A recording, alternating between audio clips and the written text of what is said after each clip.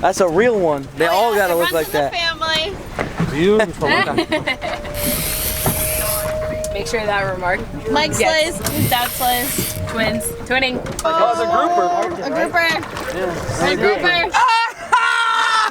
Nice. Does it keep up? Yeah. Good, Mac. All right. Yeah, that's a nice red.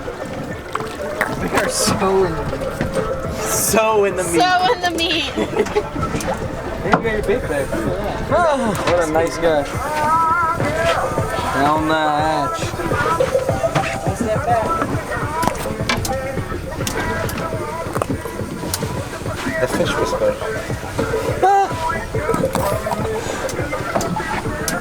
My God. Yeah. Hell yeah. Oh my gosh, I just got so fucked. That could have been your fish. Big guy. Yeah. You got teeth. We allowed to keep that, right? Watch out. Let's take a picture. Nice one. Want me to take a picture? Brooke's good. On bottom. Yeah, babe. Not swimming up, it wants to stay down. Grouper, a red grouper. Wow. No, it's probably like 17 inches. It's pretty cool though. You're gonna have to pop them.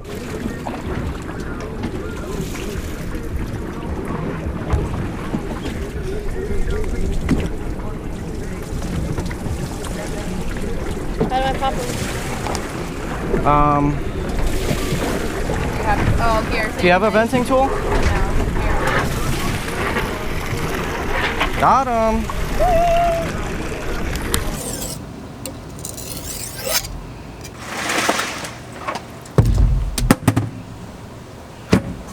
Alright guys, so I got here a red grouper from the Florida Keys on our trip, and as you guys can tell, he is not so red anymore. They tend to lose their color after they die, but normally in the water they got a really bright red to them. Very pretty fish. And so I'm gonna go ahead and start on this guy. Grouper is one of those fish that very versatile in what you can do with it, because the meat on it is very firm. It's not mushy, so you can do so much with it. It's got a lot of potential, and it is not fishy once again. So you could make it into ceviche if you want. You can do fried grouper, grilled grouper, blackened, whatever you could possibly imagine.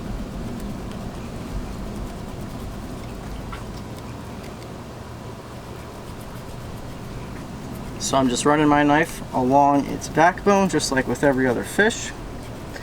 These guys got pretty thick skin on them, so skinning them should be very easy. It should be a breeze. And I have not filleted a lot of grouper in my life, so we will see how these fillets turn out. But so far so good. I don't see like I've missed any meat. Looks like it's coming right off that bone.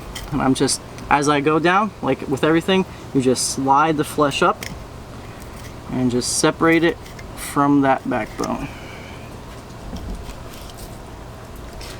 Making cuts with my knife.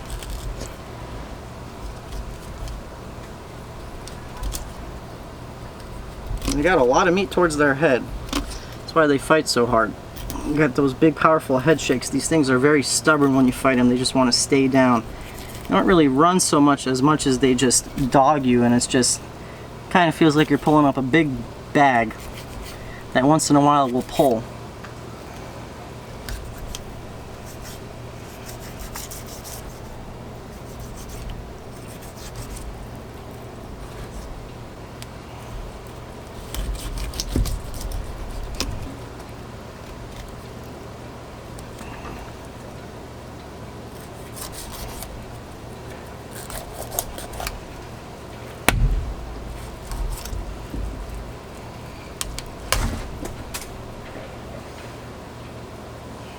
There's our fillet right there, and like I said, it's got really just thick, good meat. It's not flaky. It's a very firm fish, so perfect for frying and stuff like that. Not too bad on the fillet job. Not the greatest, but I don't fillet grouper that often, so not too familiar with them. Now it's time to skin them up.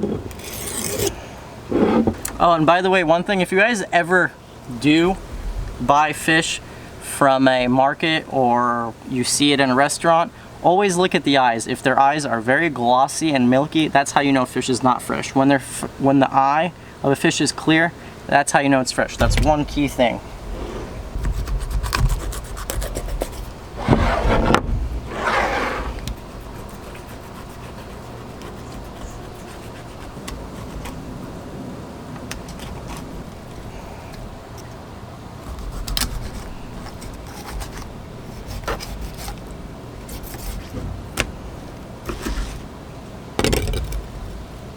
Let's do a little stomach check to see what this guy's been eating.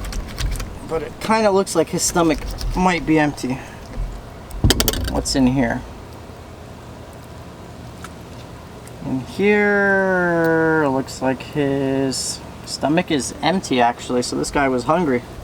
This grouper was looking for a meal, and his meal was his last because we harvested him.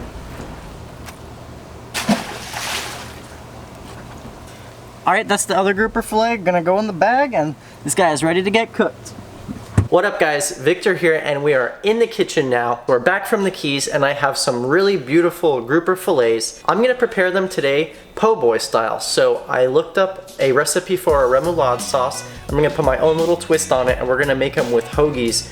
My grandma and dad really liked when I made a po' boy sauce last week, so I'm gonna try to replicate it. I'm gonna do a little bit things a little bit differently, but let's get started on that sauce. And the first thing I got going on is 1.5 cups of mayonnaise, and I'm going to put this in the magic bullet, because last time I made the sauce, the one thing I didn't like about it was the coarse ingredients like the paprika and the horseradish. They just kept getting stuck to my throat because there are you know, those dry ingredients, and they weren't blended very well, so I want to make sure they're blended together, make it a good smooth consistency. Because consistency and texture is a huge thing in cooking, guys.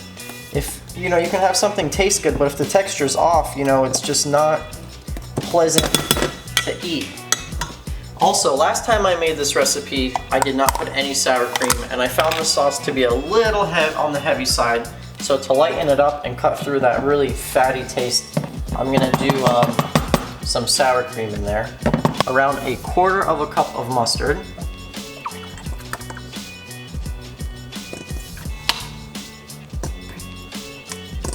There's a couple more wettish ingredients. Now, here is horseradish. We have it in a different bottle, but this is real horseradish. This isn't like the horseradish sauce you get in the deli section. This is actual coarse horseradish, and this is why I want to put it in the magic bullet, because this is the stuff that got stuck to my throat and it just didn't sit well with me. I want to make sure it's blended real smooth. So I'm going to do a tablespoon of horseradish. Last time I did 2 tablespoons. This time I'm going to do only 1 and see how it goes, because this stuff is very, very strong. And my family likes it. Horseradish is very heavily involved in a lot of Eastern European cooking, which is where my family's from. Now we also do a teaspoon of pickle juice. Now, not the sweet relish, not the sweet kind of pickles, but sour pickles. So 1 teaspoon of pickle juice, as well as 1 teaspoon of your choice of hot sauce. I'm using Crystal hot sauce, but something like Tabasco would work as well. Another thing that the recipe I found does not call for is a little bit of lemon juice. I'm just gonna do like 2-3 drops of lemon juice. I have Creole seasoning. This is just a pre-blended Creole seasoning. And I'm gonna do 1 teaspoon of this guy into our remoulade. Tablespoon of paprika. And as you see, our bottle's empty because Slovakian cooking uses a lot of paprika. Now all that's left to do is blend this guy up. I almost forgot, very important is garlic. You guys know how much I love garlic, so I got 2 cloves of garlic, gonna squish them up, and this also goes in our sauce. Here you go.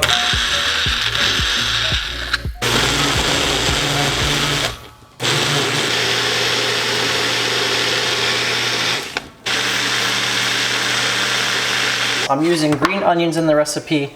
Slice these scallions into little pieces, Mix it with the coleslaw that I'm gonna be making, and the coleslaw that I'm making is just gonna be plain cabbage mixed with these scallions tossed in the remoulade sauce. So it's a pretty easy recipe because you're using your sauce not only to coat your po' boy, your hoagie, but also your coleslaw. So here is my plain coleslaw. This is just plain shredded green cabbage. And I'm gonna put my scallions right into there. All I got left to do is fine tune my beautiful red grouper fillets that are all the way from the Keys.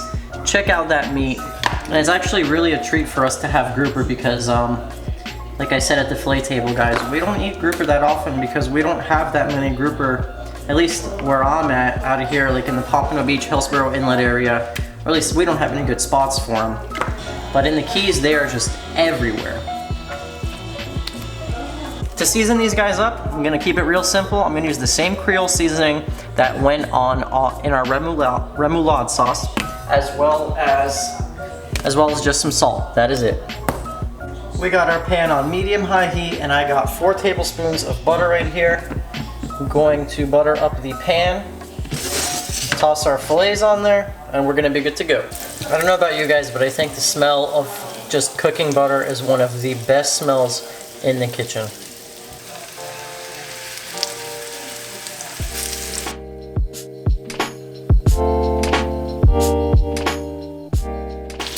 Let those guys go for 2-3 minutes on each side, and let's come over here to the coleslaw I'm about to whip up. Here's the remoulade, and I'm not gonna pour all of it in. I'm going to do, I would say, almost all of it, and probably leave a 1/4 cup for anyone who just wants to put some more sauce on their hoagie or taco or whatever it may be.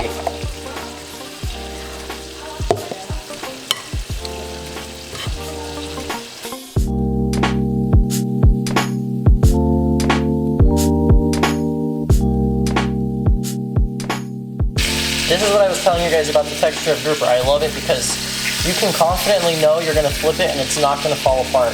Let's cut up a little tomato so we can top our hoagies, cut through that heavy mayonnaise flavor.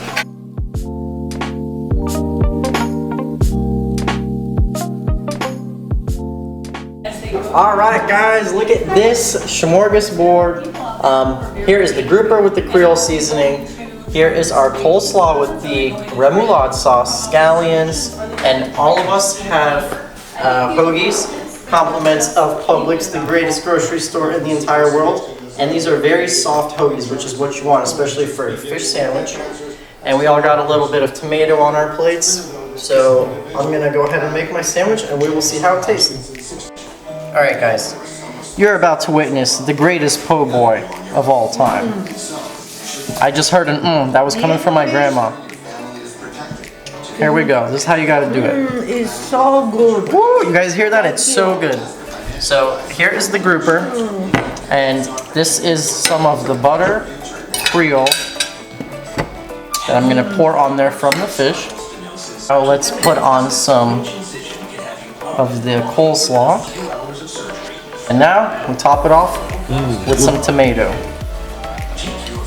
And that looks so good. My dad said it's his favorite fish and his favorite dish, and this is grouper, right? We don't have grouper that often. No, unfortunately. Unfortunately. He says I need to get better fishing skills. The sauce is so good. So good? Ying, what do you think? Yes, it's good. It's good? Better than baker one.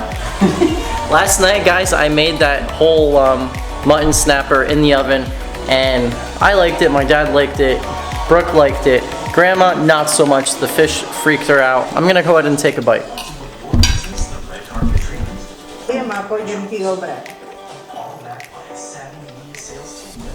We got a winner, bingo.